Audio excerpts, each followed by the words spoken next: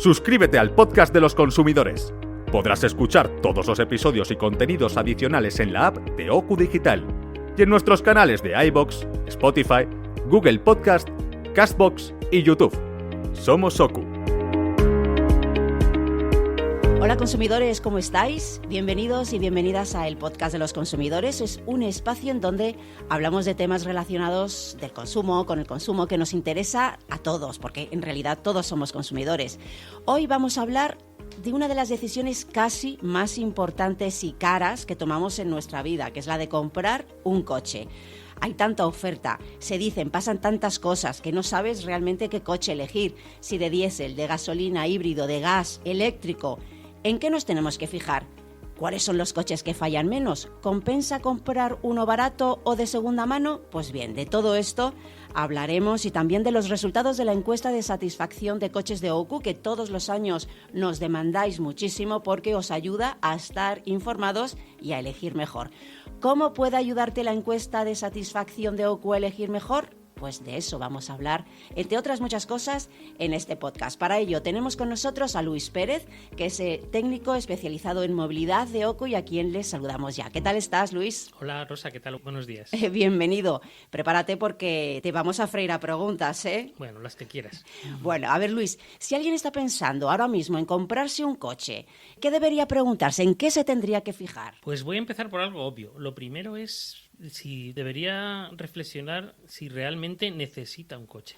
Porque claro, el automóvil, como bien has dicho, Rosa, es uno de los productos más caros que se adquieren a lo largo de la vida y además tiene un gran coste de uso y de mantenimiento. Entonces, las personas deberían pensar, ¿puedo usar otro tipo de elemento de movilidad? Por ejemplo, por los coches de alquiler por horas o el transporte público, o bien las familias que tienen ya un automóvil, ¿realmente necesito el segundo? ¿Lo voy a usar? Pero bueno, partimos de la base de que sí que se necesita un automóvil o que se quiere comprar.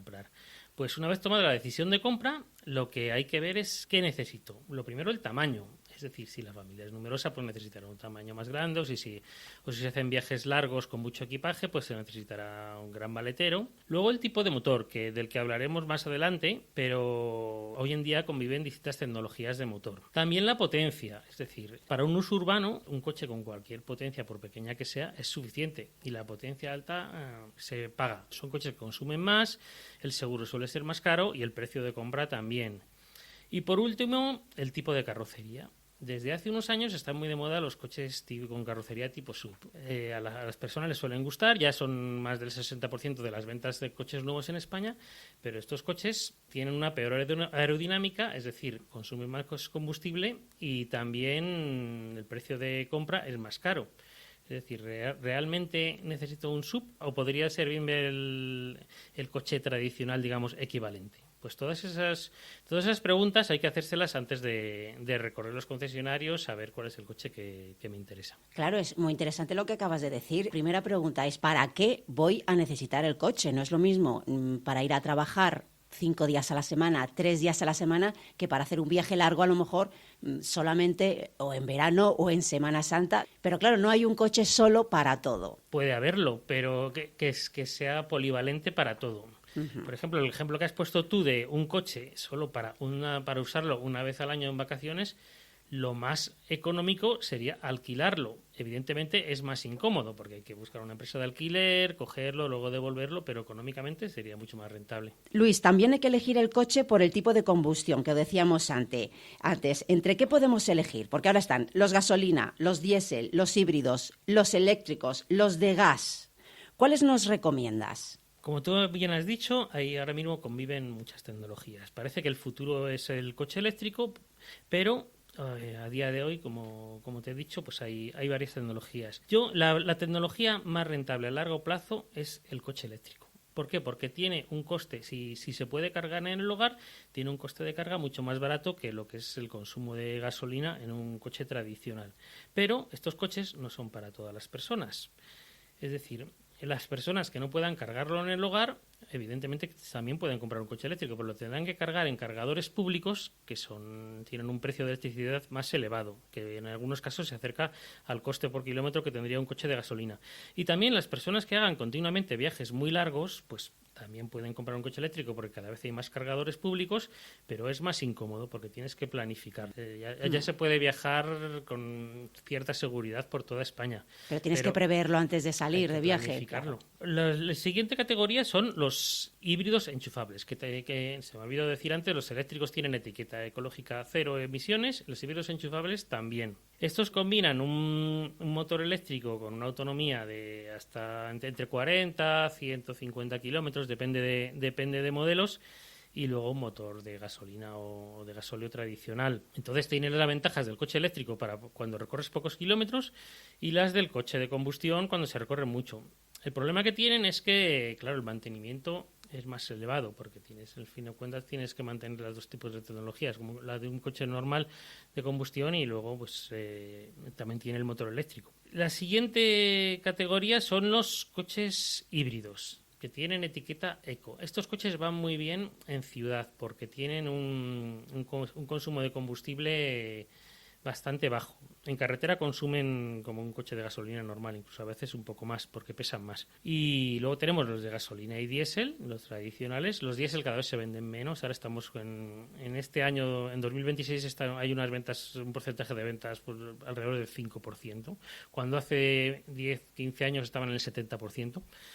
Y luego los últimos que has mencionado tú, que son los coches de gas licuado del petróleo, GLP. ¿Qué coches son estos? Pues son unos coches que tienen un motor parecido al su motor de gasolina, pero que puede funcionar indistintamente con gasolina o con gas. ¿Cuál es la ventaja? Pues que el gas es mucho más barato que la gasolina. Entonces, para personas que tengan una estación de servicio cerca, que tenga este tipo de gas, pues puede ser muy interesante porque se amortizan muy rápidamente. El precio de compra es entre 1.000, 2.000 euros más que el gasolina equivalente, pero en menos de 50.000 kilómetros se ha amortizado.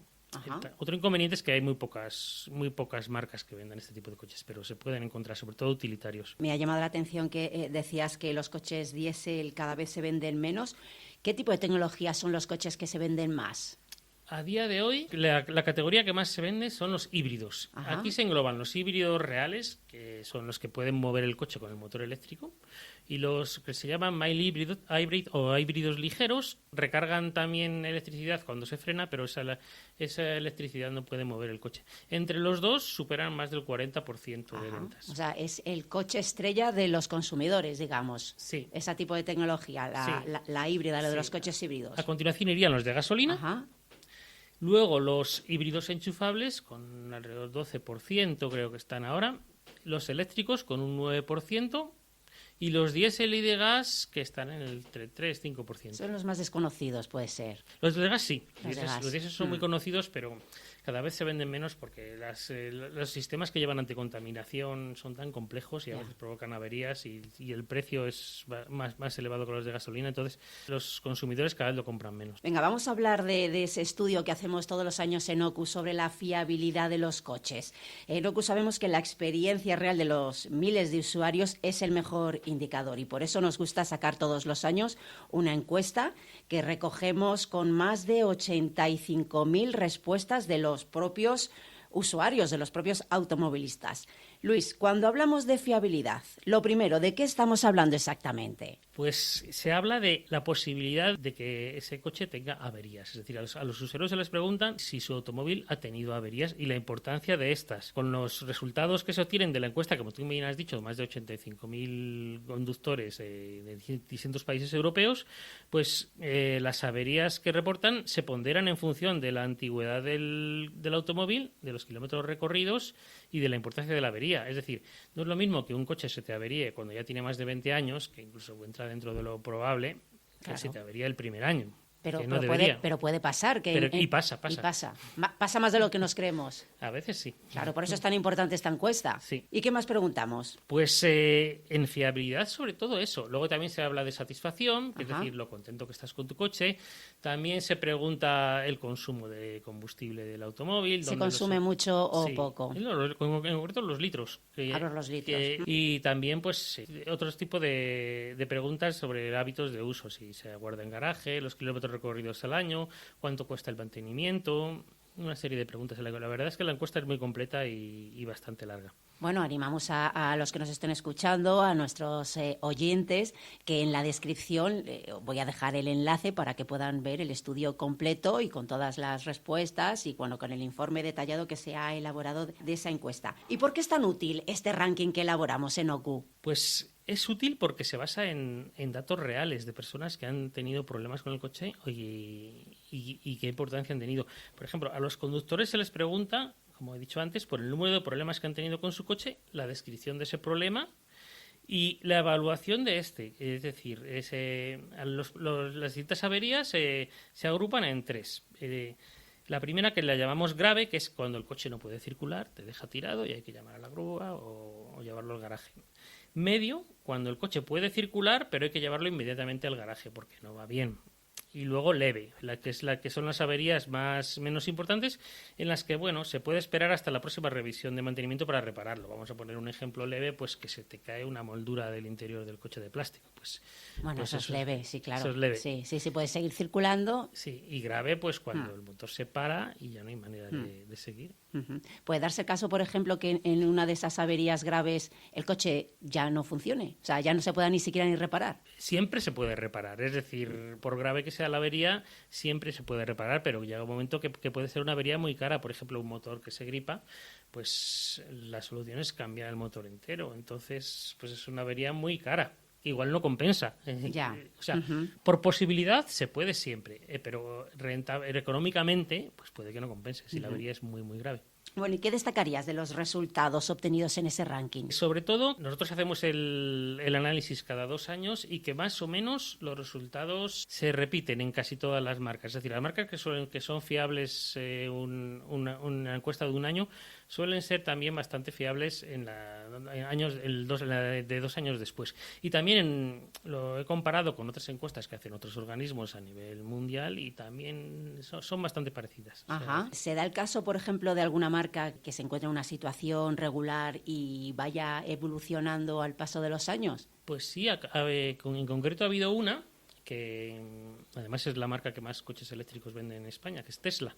Hace 2 años la fiabilidad salió bastante mal y ahora ha subido bastante. Está subiendo posiciones. Sí, el motivo pues no lo sabemos exactamente. Sí que se habla de que montaron una fábrica en Alemania y también se preocuparon más por la fiabilidad, pero lo cierto es que nuestros usuarios han reportado menos averías que hace 2 años. Bueno, va mejorando la cosa. Vamos a mojarnos, Luis. ¿Qué marcas dirías tú que son las más fiables ahora mismo, teniendo en cuenta nuestra encuesta de satisfacción?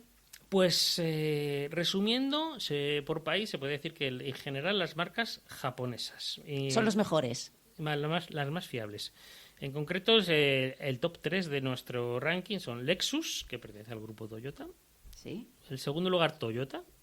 Y en tercer lugar, Suzuki. Esos son los 3 primeros del ranking. Y coincide que las 3 son japonesas. Sí, coincide que las 3 son japonesas.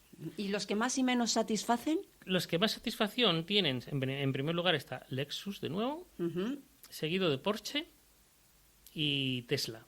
Bueno, yo si tuviese un Porsche también estaría muy satisfecha, seguramente. En general, las marcas que se llaman premium, es decir, las marcas más caras, suelen estar más arriba en satisfacción que comparándolo en fiabilidad. Claro. ¿Por qué? Pues posiblemente por la percepción de calidad que tiene ese tipo de coches. Es decir, los materiales suelen ser los materiales del interior, aunque eso no tiene que ver muchas veces con la fiabilidad, pero dan una sensación de mayor calidad y puede que eso subjetivamente haga que las personas lo voten de una forma más elevada en el ranking. ¿Y cuáles son los vehículos que más y menos averían? Depende del modelo y la versión, pero por tecnología de motor, si los agrupamos, en nuestra encuesta son los híbridos no enchufables los que obtienen de media los mejores resultados. O sea, híbridos no enchufables. Sí. Esos son los que menos se averían. Sí, de media. También hay que tener en cuenta que Lexus y Toyota, por ejemplo, que son las 2 marcas primeras del ranking, prácticamente solo fabrican híbridos no enchufables. Entonces, si esas marcas son muy fiables, pues también puede haber influido esto en los resultados de la encuesta. Y los que más se averían, los diésel. Los que más. Sí. Te iba a preguntar, de los que más se averían, ¿cuáles son los fallos más habituales? Pues en general la avería más frecuente que indican las personas que han respondido a la encuesta son los fallos en los componentes eléctricos o electrónicos. ¿Y esos son fáciles de arreglar? Depende. O sea, ¿eso se consideraría un fallo medio, leve? Puede ser grave porque a veces hay un fallo electrónico que te para el coche. O sea, no te permite seguir. Otras veces es un fallo mucho más simple, pero ahí se engloban muchas posibles averías, pero vamos, la parte electrónica es la que más, y cada vez cobra más importancia porque los coches cada vez tienen más tecnología, cada vez más pantallas, o sea, la electrónica cada vez juega un factor más decisivo. En coches de hace 30 años, pues eso tenía muy poca importancia. Bueno, estoy sacando en conclusión que a mayor tecnología no significa que haya menos problemas en un vehículo. Efectivamente, a veces puede ocurrir al revés. Es decir, voy a poner un ejemplo. Un coche que tenga un lavafaros, si lo tiene, pues hay la posibilidad de que se averíe. Un coche que no lo tiene, no se va a averiar ese componente. Este año entran en el ranking por primera vez los coches de marcas chinas. Sí. Cada vez hay más coches chinos. ¿Qué resultados obtienen nuestro ranking? Pues como has dicho, los coches chinos cada vez tienen más importancia. En 2026, en lo que llevamos de año, ya las ventas de coches chinos nuevos en España son de más del 13%. O sea, que va subiendo. Y eso va subiendo. Y en este caso, en nuestra encuesta, tenemos 4 marcas y hay de todo. Tenemos a BYD o BYD, que está en los primeros puestos en fiabilidad. Luego tenemos a Polestar, que está en la zona media. Y luego en la zona baja tenemos a Lynk & Co y a MG, que están en la parte baja de la... ¿Y estos coches qué combustión tienen? Pues hay de todo. Hay de todo, no se especializan en uno en concreto. BYD, por ejemplo, vende muchos coches eléctricos, pero Lynk & Co, por ejemplo, está en híbridos enchufables. También hace años, cuando entró en España, sacó un coche que era híbrido enchufable, pero bueno, tiene de todo tipo de tecnología, por ejemplo, MG. ¿Y por qué crees tú que se están vendiendo tanto estos coches chinos? Pues una parte importante es el precio, porque son coches que en equipamiento están muy bien, vienen con mucha tecnología, las pantallas muy grandes y estéticamente pues hay de todo, pero hay muchos que les gusta a las personas que lo quieren comprar, y luego son muy competitivos en precios. Sí. Claro, ¿y cuándo empezaron a venderse estos coches chinos? Porque claro, estaba pensando, no hay coches ahora mismo que tengan 20 años o 10 años, porque si han empezado a venderse realmente hace poco, no sabemos a la larga cómo es esa durabilidad. ¿O sí que se puede saber? No se puede saber. Empezaron hace menos de 5 años. Alguna marca llevaba un poco más, pero las ventas eran simbólicas. Ahora es la primera vez que entran en nuestra encuesta, pero a largo plazo, cuando tengan 15 o 20 años, pues ya se verá. Me imagino que pasará como las marcas europeas, que habrá marcas que sean muy fiables y marcas que no sean tanto. Y también el problema no es que se te estropee el coche, es que la facilidad para repararlo, es decir, la disponibilidad de piezas. Que esto puede pasar en marcas chinas y en marcas europeas, de hecho ha pasado. O sea, lo ideal es que tengan el suficiente número de repuestos para que si el coche se te avería, pues lo tengas disponible en un plazo razonable. No tengas que esperar varios meses, como ha pasado en distintas marcas, como digo, de distinto origen, y que te encuentres con varios meses sin tener el coche. Claro, ¿y qué podremos decir de los coches de segunda mano? ¿Recomendamos tenerlo en cuenta a la hora de comprar un vehículo o no? A ver, esa es una pregunta complicada. Ya. ¿Por qué? Pues porque es que el mercado de segunda mano es muy grande. Para que te hagas una idea, cada año se venden en España más de 1 millón de coches nuevos, pero más de 2 millones de coches de segunda mano. O sea, 1 millón de coches nuevos, ¿y cuántos de segunda mano? Más de 2 millones. O sea, casi el doble que nuevos. Entonces, claro, en ese mercado tan amplio hay de todo. Hay personas estafadoras, hay empresas o personas honradas y que lo venden bien. Entonces, es complicado. Nuestro consejo, pues que antes de comprarlo y de firmar los papeles, investigue todo lo que pueda del pasado del coche. Se puede pedir un informe de tráfico por una cantidad muy pequeña de dinero que te indica el pasado del coche, es decir, los dueños que ha tenido, que lo pruebe antes, si es posible que el coche lo pruebe antes de comprarlo, cuanto más mejor, y que pida que lo revise un experto o un taller, que pacte con el vendedor, pues que lo vas a llevar a un taller para que te diga cómo está el coche. Y también es importante desconfiar de las gangas, que están muy por debajo del precio de mercado. No digo que no puedan existir, pero que que hay que tener cuidado, que muchas veces cuelan coches que tienen una avería gorda y que si no te das cuenta, al final igual lo tienes que pagar tú. O sea, que nadie da duros a pesetas. Normalmente compramos coches de segunda mano porque pensamos que nos van a salir más económicos. A lo mejor no es así, porque a la larga nos puede salir caro. Depende. El problema es que han subido mucho, tanto los coches nuevos como los coches de segunda mano. Entonces ya no son tan económicos, pero bueno. En un mercado tan grande, como te he dicho antes, hay de todo. Un coche barato puede ser más caro a largo plazo, un coche de segunda mano, en cambio puedes hacer una muy buena compra, depende. Y para aquellas personas que estén sopesando la opción del renting, ¿qué les podemos decir? Pues el renting es una opción de disponer de un coche que es cara, porque normalmente cuando compras un coche en el que eres el propietario, no lo vendes en 3, 4, 5 años, que es lo que dura en renting. Es decir, normalmente lo sueles vender mucho más tarde. Entonces, al final te vas a gastar menos que con un alquiler que es el renting. En cambio, para personas que sí que vendan el coche eso en 4 años, 5 años, pues el renting tiene un coste similar. A lo que supondría comprarlo, usarlo y venderlo con 4 años. Depende de las empresas de renting, de la marca, de las ofertas que haya, pero es algo similar. Entonces, para personas que quieran siempre conducir un coche nuevo o seminuevo, pues puede ser una buena opción, pero para quien quiera tenerlo mucho tiempo no es rentable. Vale, yo te he preguntado directamente por el renting, pero vamos a explicar en qué consiste tener un coche de renting. Pues es un alquiler a largo plazo. La persona que contrata el renting paga una cuota mensual en el que normalmente se incluyen todos los gastos del vehículo menos lo que es el combustible. Es decir, o sea, la revisiones, revisiones, ruedas, posibles averías, lunas. ruedas, seguro, ITV, normalmente depende de contratos, pero normalmente todo eso se incluye. O sea, durante 4 años tú solamente tienes el vehículo y pagas lo que lo uses, en la gasolina, digamos. Te comprometes a recorrer un número de kilómetros en esos 4 años. A un número fijo de kilómetros. Sí, vamos a suponer que son 15.000 kilómetros al año. Por 4 son 60.000 kilómetros. ¿Qué pasa si te pasas o te quedas corto? Pues si recorres menos de los 60.000 kilómetros, te devuelven una cantidad por cada kilómetro que no has hecho, pero si te pasas, pagas una cantidad que es mucho mayor de la que te devuelven si te quedas te quedas por debajo de lo que has contratado. Por eso es muy importante asegurarte que... Claro, qué kilómetros vas a hacer y si realmente esta opción te interesa. Sí. Requiere una cierta planificación. Bueno, pues ahí tenemos otra opción más, los coches de renting. Porque lo de decidir qué tipo de combustión tienen que tener nuestro vehículo, es verdad que nos pesa, lo que comentábamos antes. ¿Y cuál elijo, de diésel, de gasolina? Sobre todo sabiendo cómo está la situación ahora con las contiendas internacionales y con el precio de la gasolina.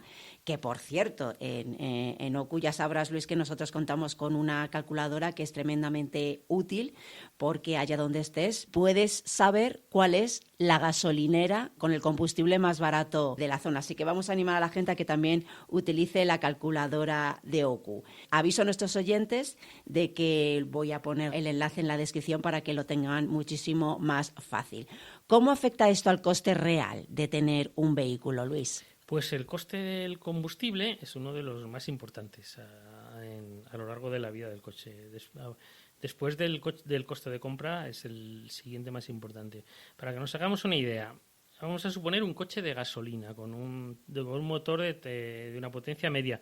El coste cada 100.000 kilómetros de gasolina son unos 12.000 euros.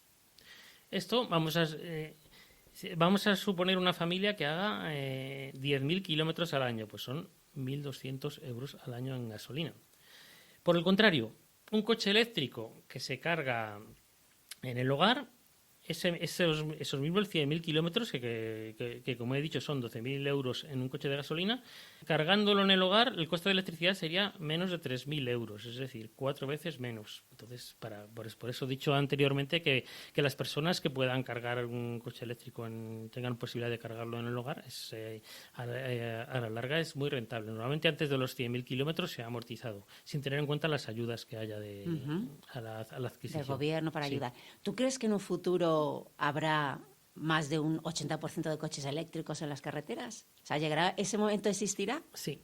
Porque, por ejemplo, en algunos países europeos ya pasa. En concreto, en Noruega, que fueron los pioneros en Europa, ahora mismo, en el año 2026, ya el porcentaje de coches eléctricos nuevos es del 97%, es decir, prácticamente todos. Y el siguiente país es Dinamarca, que también ha superado ya el 80%. Pero luego países vecinos, en Portugal, que nos saca una ventaja importante, superan, creo recordar que el 25%. Ellos tienen el 25% de sus vehículos eléctricos. Nuevos, sí. Nuevos. ¿Y en España? El 12 dijimos antes, 12-13. No, 12-13 los híbridos son enchufables. Eléctricos 9. Alrededor del 9%. Pero está subiendo. O sea, cada año sube un poquito más. Y bueno, vamos retrasados respecto a la mayoría de países occidentales. Solo estamos por delante de Italia. Pero bueno, vamos avanzando.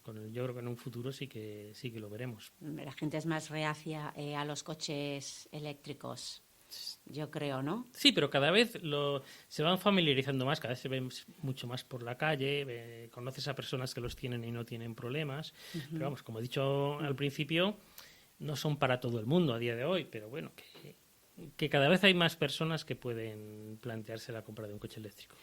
Vamos a tener que ir acabando, desgraciadamente, Luis, pero vamos a recordar 3 ideas clave. ¿Me ayudas a ver si podemos añadir alguna más? No compres un coche solo por el precio o solo por la estética. Sí. La fiabilidad marca la diferencia a largo plazo. Esta decimos como buena. Sí, la diferencia en coste por kilómetro, es decir, el coste a lo largo de la vida del vehículo, es uno de los factores más importantes.